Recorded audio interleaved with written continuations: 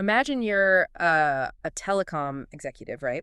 You're sitting in this highly secure 15th floor boardroom in Copenhagen. Yeah, middle of the night, discussing a multi-million-dollar national 5G contract. Exactly. And you just happen to glance out the window, and there is a literal drone hovering in the night sky right outside the glass. Pointing a high-definition camera straight at your investigator team's whiteboard. It's wild. Welcome to today's deep dive. It is Saturday, March 21, 2026. And I am so glad you're joining us because today's topic is just fascinating. It really is. I mean, usually when you sit down to read a geopolitical policy report, you expect a certain level of, dryness. Oh, totally. A lot of charts, diplomatic jargon, that very measured kind of sleep-inducing language. Right, but the material we are looking at today reads remarkably differently. The researchers documented a reality that feels, honestly, pulled straight from a screenplay. Yeah, so we're looking at this brand new, really comprehensive January 2026 report. It was published by the NATO Strategic Communications Center of Excellence. Right. And it's titled China's Influence in the Nordic-Baltic Information Environment, Denmark and Lithuania. And, well, let's just unpack this because reading this report feels way less like an academic study and a lot more like a geopolitical spy thriller that is actually happening right now. In our own backyards, basically. Exactly. So the mission of our deep dive today is to explore exactly how a major global superpower tries to shape the politics, the media, and even the physical infrastructure of smaller democratic nations. And I think what's most fascinating here is the sheer contrast in how this influence is wielded. Yeah. The report highlights two incredibly different strategies. Yeah, the two extremes. Exactly. So we're going to look at Lithuania, which is a country that engaged in a very public, very loud diplomatic collision with Beijing. Mm-hmm. And then we're going to look at Denmark, where the manipulation and the coercion described in the report happened almost entirely in the shadows. Right. So to really understand why these two vastly distinct strategies even exist today, we kind of have to rewind a bit. We need to look at the massive shift in how Northern Europe actually views Beijing. Because it certainly wasn't always a hostile relationship. No, not at all. I mean, looking at the historical context provided here, it seems like just a decade ago, things were booming. Yeah, if we go back just a bit to the early 2010s, we were in what the researchers categorize as this era of opportunistic expansion. Okay. During this time, Nordic and Baltic countries were essentially competing with one another to attract Chinese investment. Right. There was just this widespread optimism about massive global infrastructure projects like the Belt and Road Initiative. Right. And the Baltic states, for instance, they eagerly joined what was called the 16+1 format. Okay, wait, let's pause there for a second because 16+1 sounds like a math problem to me, not a diplomatic strategy. What exactly was that? I know, it's a clunky name, but it's an important piece of the puzzle. The 16+1 format was this diplomatic initiative launched by Beijing specifically to court Central and Eastern European countries. Oh, gotcha. So think of it as a specialized investment platform where China could negotiate these massive infrastructure loans, railways, trade deals, all with a block of smaller European nations. Basically creating a direct line to Beijing that somewhat bypasses the broader, slower bureaucracy of the European Union. Exactly. It was an economic fast track. So everyone wanted a piece of that pie. It was a gold rush. I mean, the report even notes Denmark went as far as establishing a comprehensive strategic partnership with China back in 2008. Right. But obviously that gold rush ended. The report outlines this dramatic shift into a new phase, which they call critical revision. Yeah, the optimism was completely replaced by precaution. And that was due to, what, a region-wide realization regarding hybrid warfare capabilities? That, plus aggressive cyber espionage, and crucially, Beijing's tacit support of Russia's war in Ukraine.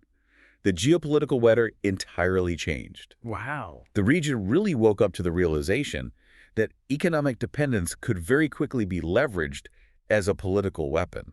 I'm struggling to understand the mechanics here, though.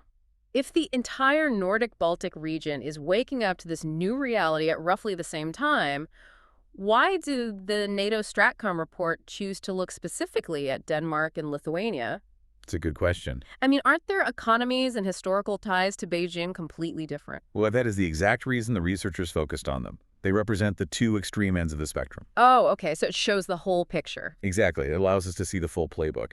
According to the report, Lithuania represents the loudest and most tense relationship in the region. They took a very public stand and faced a very public retaliation. And Denmark. Denmark represents a deeply embedded, historically ambitious partnership. Because Denmark's economic ties to China are so much older and more complex, the influence tactics used there had to be adapted. They had to be quieter. Way more covert, yeah, to avoid blowing up a highly lucrative trade relationship. A full playbook indeed. Mhm. Well, let's look at the public blowout first, because the fallout in Lithuania is just staggering. It really is. So in 2021, Lithuania makes this profound policy shift. They became the first country to officially withdraw from that 16+1 investment format. Right. But reading through the timeline here, the real trigger, the move that truly escalated things, was allowing Taiwan to open a representative office in the Lithuanian capital, Vilnius. Yeah, and it's a fascinating case study in diplomatic tripwires, because the core issue wasn't simply that they opened an office, it was the specific name on the door. Right, because usually they use Taipei, right? Exactly. Taipei is the diplomatic workaround most countries use to facilitate trade while avoiding angering Beijing. But Lithuania allowed the office to use the name Taiwanese. Just that one word. And the response documented in the report was seismic. We aren't just talking about angry letters or downgraded diplomatic ties here. Not at all. Beijing went straight for the economic jugular, weaponizing global supply chains through something called secondary sanctions. Yeah, and to understand how they did this logistically, you really have to look at the bureaucratic machinery of global trade. The researchers outline how Beijing effectively deleted Lithuania from their internal customs registry. They just erased them from the system. They weaponized the red tape. This meant they weren't just blocking Lithuanian companies from selling goods in China. Wow. If a massive German automotive company, for example, tried to ship a fleet of vehicles to China, Chinese customs would scan the parts manifest, flag a single microchip or plastic component made in Vilnius, and block the entire German shipment at the port. That is insane. It's like going through a bad breakup and your ex retaliates by calling every single multinational company you do business with everywhere in the world and threatening to bankrupt them if they don't immediately fire you. That's a great analogy. It is a staggering use of market leverage. And alongside this economic blockade, the report details a highly orchestrated media offensive, right? Oh, yeah. The researchers conducted a really deep media analysis of this period. The Chinese embassy in Vilnius went into absolute overdrive, What were they doing? aggressively utilizing op-eds and interviews in the Lithuanian media to push very specific frames. The embassy's goal, according to the report, was to portray China as a benevolent, successful international leader. While framing the Lithuanian government as the problem, I assume. Exactly, framing their actions as irrational, irresponsible, and illegal under international norms.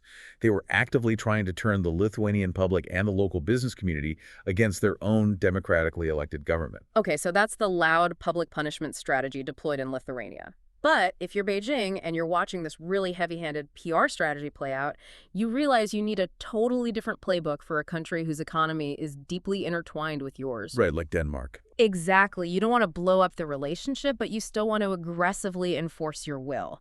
And here is where it gets really interesting. Yeah, the researchers coined a fascinating new term for the strategy deployed in Denmark. They call it the shadow wolf warrior. Shadow Wolf Warrior. That sounds like a movie. It does. You might be familiar with traditional wolf warrior diplomacy, which is that loud, aggressive, public posturing by diplomats that we've seen in recent years. Right. But the shadow wolf warrior specifically shuns the public eye. It directs the backstage. Exactly. Yeah. It relies heavily on making coercive threats directly to decision makers, strictly behind closed doors. The report argues that the goal here is to ruthlessly enforce policy preferences while preserving the public illusion of a happy, mutually beneficial partnership. And the example the report gives of this in action is just jaw-dropping. We are talking about the 2019 Huawei 5G bid in Denmark. Oh, this case is incredible. So TDC, which is Denmark's largest telecommunications provider, was deciding who would build their national 5G network. Huawei was the incumbent, but they started losing the bid to the Swedish company Ericsson. Right. And suddenly, the corporate espionage tactics described in the report just go into overdrive. The events documented during that bidding process are chilling, honestly. TDC launched an internal investigation because Huawei made a highly suspicious last-minute change to their bid that perfectly undercut Ericsson. Too perfect. Exactly. And this investigation uncovered an alleged mole working inside PDC. The security teams found unknown microphones hidden in the TDC boardrooms. Wow. And then we have that drone detail I mentioned at the very start of the deep dive. At night, drones were flown outside the 15th floor windows of the TDC executives' offices. Specifically targeting the room where the investigative team had their leads mapped out on a whiteboard. It got so severe that top Danish telecom executives had to be assigned 24-hour security details. And while this acute corporate espionage was allegedly happening on the ground, the report details how the shadow wolf warrior diplomacy was happening simultaneously at the political level. Behind those closed doors. Exactly. The Chinese ambassador at the time held a closed-door meeting with Danish ministers. And according to the accounts gathered by the researchers, it was highly emotional. Really? Yeah. The ambassador literally yelled at the Danish representatives, threatening grave consequences for Danish-Chinese trade if Huawei was dropped. He even threatened to withhold 2 giant pandas that were scheduled to arrive at the Copenhagen Zoo. I mean, he essentially weaponized cultural diplomacy, basically saying, give Huawei the 5G contract or the pandas get it. It perfectly illustrates the shadow wolf warrior concept outlined by NATO Stratcom. Intense coercion, threats to national trade, and aggressive espionage, all kept strictly behind closed doors to avoid triggering public outrage. And here's where it gets really interesting for anyone running a business today, because corporate espionage isn't just in spy movies. The microphones in the boardroom, the intercepted bids, the drones outside the glass. It's a real threat. It is. And this is exactly why we need to thank our sponsor, www.breached.company. They are dedicated to helping organizations identify vulnerabilities and stay ahead of the exact kind of data and physical breaches we are seeing detailed in this report. So important right now. If you are dealing with sensitive intellectual property or, negotiating major contracts, you have to understand your threat landscape. You really need to check out www.breached.company. And understanding that threat landscape is crucial because, as this report shows, the threats are multifaceted. Right. The researchers argue that influence operations don't just rely on dramatic short-term spy tactics like drones. There is a parallel strategy of building long-term, invisible infrastructure within the host country's society. Ah, the long game. Let's talk about what the report calls the United Front networks. I read this section a few times because the sheer scale of it is hard to wrap your head around. It is massive. The United Front is described as a vast, rather shadowy institutional system created by the Chinese Communist Party. Okay. Its primary purpose is to further the party's interests globally by co-opting and influencing diaspora communities, professional networks, and local civil groups. So how does that look in Denmark? Well, the researchers mapped out how this takes the form of various seemingly innocuous organizations. Things like friendship associations, Chinese student groups, and specialized professional networks for engineers and scientists. Seemingly innocuous is definitely the key phrase there, because the report details a specific mechanism of control within the academic sector that blew my mind. The doctoral students. Yes. Chinese doctoral students studying at Danish universities, students who relied on funding from the China Scholarship Council, were actually required to sign binding loyalty pledges to the state. Yeah, the researchers acquired these contracts. They mandated that the students abide by all dictates coming from the Chinese embassy and to actively protect the honor of the motherland. And the mechanism for enforcing this wasn't just a stern talking to. If they broke these rules or, say, spoke out about human rights, they faced total financial ruin. Their families back home were threatened with severe repayment demands. It's incredibly coercive. It fundamentally compromises academic freedom when researchers embedded in your universities are essentially acting under the direct coercive financial control of a foreign embassy. Absolutely. And the report highlights how this network building goes beyond academia and bleeds into mass intelligence gathering. Right. To understand the scale, we have to look at the Xinhua data leak of 2020 that's mentioned in the report. Right. Xinhua. What was their deal again? Xinhua is a Chinese open-source intelligence company with documented links to the country's military and intelligence apparatus. And a massive data leak revealed they were compiling highly detailed psychological and social dossiers on millions of prominent people worldwide. And in Denmark specifically, the researchers noted they had cataloged over 750 Danes. Right. And this wasn't just like random scraping of public profiles. It included mapping the family trees of parliamentarians, military officers, business leaders, and crucially, dozens of politicians from Greenland. Yes. Which I have to ask, why the intense focus on Greenlandic local politicians? Well, if we connect this to the bigger geopolitical picture, Greenland is incredibly crucial right now.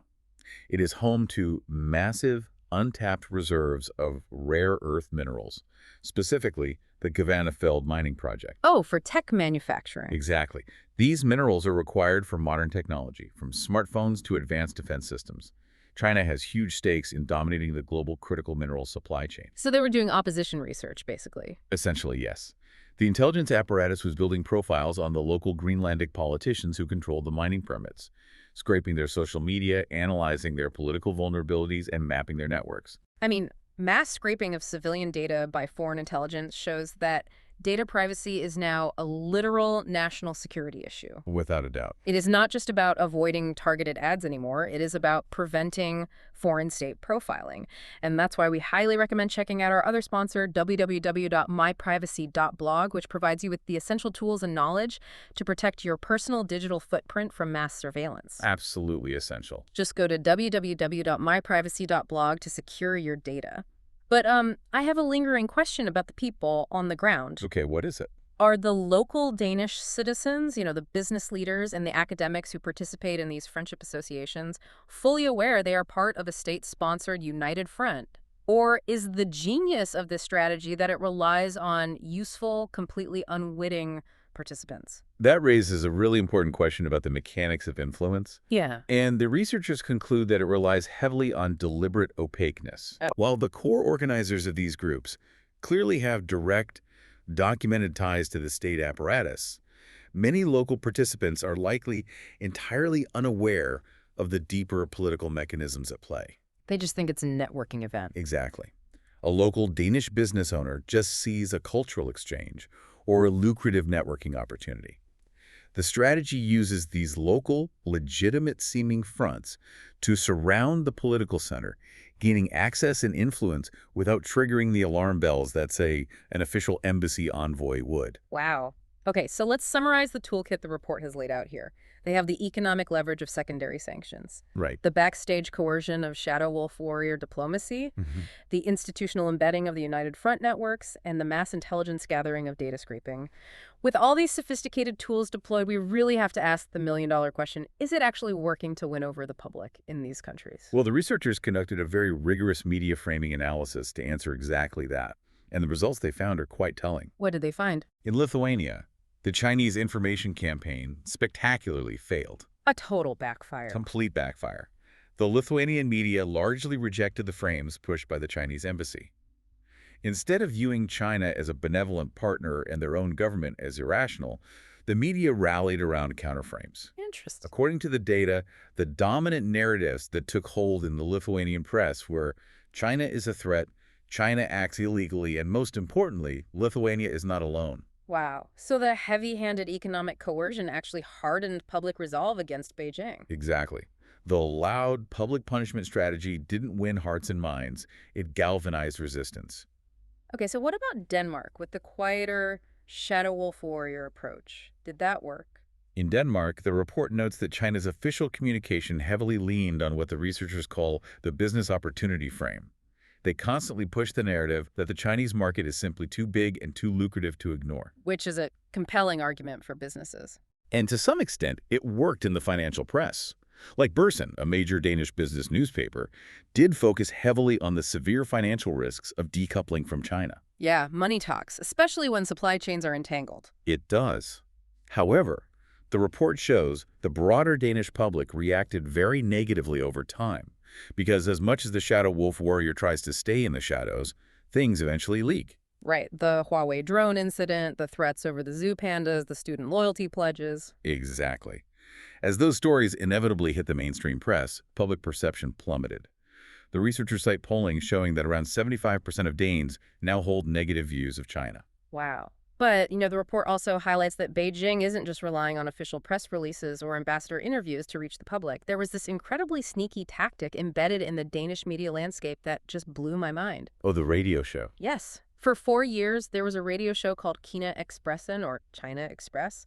It ran on major Danish commercial radio stations, reaching up to 2 million listeners a week. That's a huge audience. Huge. And it presented itself as this light, breezy cultural program about Chinese life, food, and travel. Yeah, and the researchers classify this program as literal black propaganda. It was eventually exposed that the show is secretly 60% owned and controlled by China Radio International, which is a state-owned media outlet. Wow. The commercial radio stations were literally being paid to broadcast these segments without ever disclosing the true financial source or the political editorial control to the Danish listeners. It's just mind-blowing. And I think this brings us to the so what for you, the listener? Like, Sure. why does a deep dive into Nordic and Baltic geopolitics matter to your everyday life? Well, according to the insights in this report, it matters because information manipulation and foreign influence aren't just happening at the highest abstract levels of government summits. Right, it's not just politicians in suits. Exactly. Yeah. It is woven into the infrastructure you use every day. It's in the hardware of your national 5G network. It's in the funding and the loyalties of the researchers at your local university. And it's in the secretly sponsored cultural segments on the radio you listen to on your morning commute.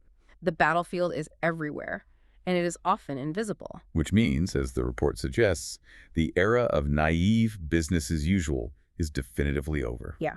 Whether it's the loud, punitive, global economic sanctions we saw deployed to strangle supply chains in Lithuania, or the quiet, coercive, shadow wolf warrior tactics used to threaten executives and politicians behind closed doors in Denmark, democratic nations are being tested like never before. And I think this leaves us with a final, very provocative thought to consider, really building on the researchers' findings. What's that? As democratic nations finally wake up, right?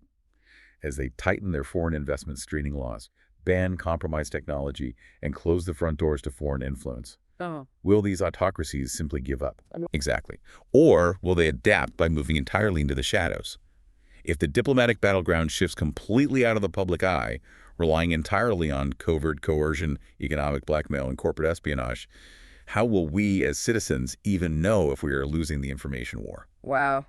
Yeah, we've left the front stage far behind, and the real play is happening entirely in the dark. Thank you so much for joining us on this deep dive into the NATO Stratcom report. Stay curious, keep questioning the frames you see in the media, and a final quick thank you to our sponsors, www.breached.company and www.myprivacy.blog, for keeping us secure in an unpredictable world. See you next time.